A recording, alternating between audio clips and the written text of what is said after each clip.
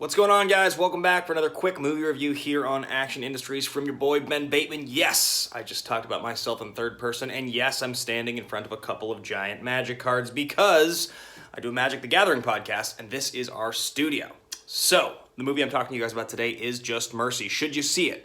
Short answer, yes. It is the brand new film opening this weekend from director Destin Daniel Cretton, a director who's not been super celebrated for films a lot of you guys have probably seen. The Glass Castle, Short Term 12, movies that have some actors and actresses in them that you're probably aware of, but not movies that really, charted or made waves or made a lot of money. So this is definitely the highest profile film that he has done so far. This is a movie, a true story, kind of legal thriller about a wrongfully convicted man on death row, played by Jamie Foxx, defended by a lawyer played by Michael B. Jordan.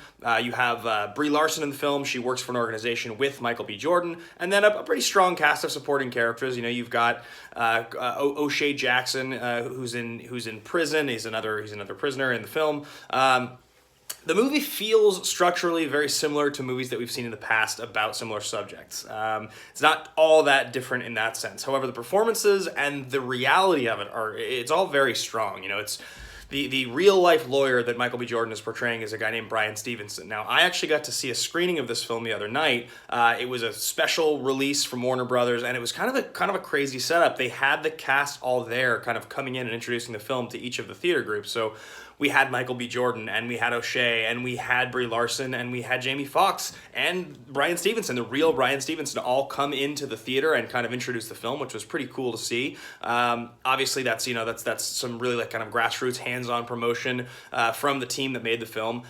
It's interesting to watch this movie because the performances are strong. Specifically, Jamie Foxx gives probably the best Jamie Foxx performance I've seen in 10 years. I mean, the last time I can remember Jamie Foxx really kind of disappearing into a role where I didn't feel he was sort of being really Jamie Foxxy was right around the time that he was winning his Oscar. I think he was really, really fantastic in Collateral. He's obviously great in Ray. The next few years of films are okay, but they're not as strong, and it really feels like the last few years. Django is really good, but he doesn't do all that much in Django to make me forget that it's an actor. It still feels like the Jamie Foxx I'm used to watching. So this was a really nice turn from Jamie. I mean, he did a really great job here. He brings so much humanity to the role.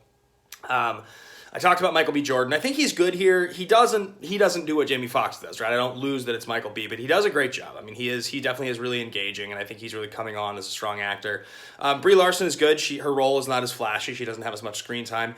What I will say about this movie is that it feels very similar to, like I said, sort of structurally, if you take a movie like A Time to Kill, which this movie doesn't feel that different from A Time to Kill in terms of its structure. However, because it's based on a real story and because it's not trying to be a sort of very Hollywood thriller, it has a lot more weight to it. And I think it really hits a lot harder for that reason. It's a very tragic film in a lot of ways. There are big moments, big emotional moments that really do affect you. And I think a lot of these actors are allowed to shine. I think Destin does a really good job with the direction on this movie. Now, it doesn't take chances in the way that I think a lot of movies in this genre that are going to get celebrated for sort of Oscar contention would have to do. I think the most interesting thing about it, though, is if I look back to A Time to Kill, that's a fictionalized story, and it's about an accused black man who is on trial for murder, basically, for revenge for his family.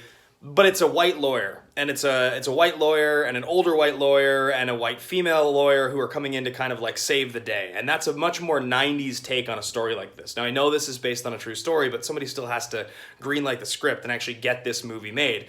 And I think it's a good sign of the times right now that you do have a film being made about a black lawyer defending a black man, and it's being made and being released by Warner Brothers with major promotion behind it. It's very exciting because it doesn't feel like it's this sort of antiquated style of movie making. I think that's really exciting, and it's a very enjoyable movie for that reason.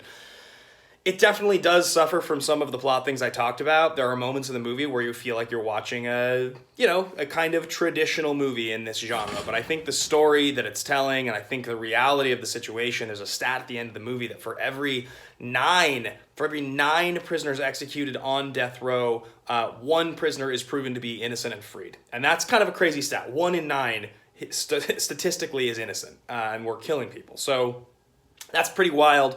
I recommend seeing this film, guys. I really do think it's a worthwhile watch. It's very enjoyable. It's getting a little bit buried in Oscar contention behind a lot of the other films being released. But those are my first thoughts here on Just Mercy. So thanks for watching, guys. Thanks for tuning in to Movie Reviews. We've got plenty more coming up this year on Action Industries. And thanks to everybody for all the new subscribers and all the new attention you're giving our channel. We'll talk to you guys very soon. Have a good one.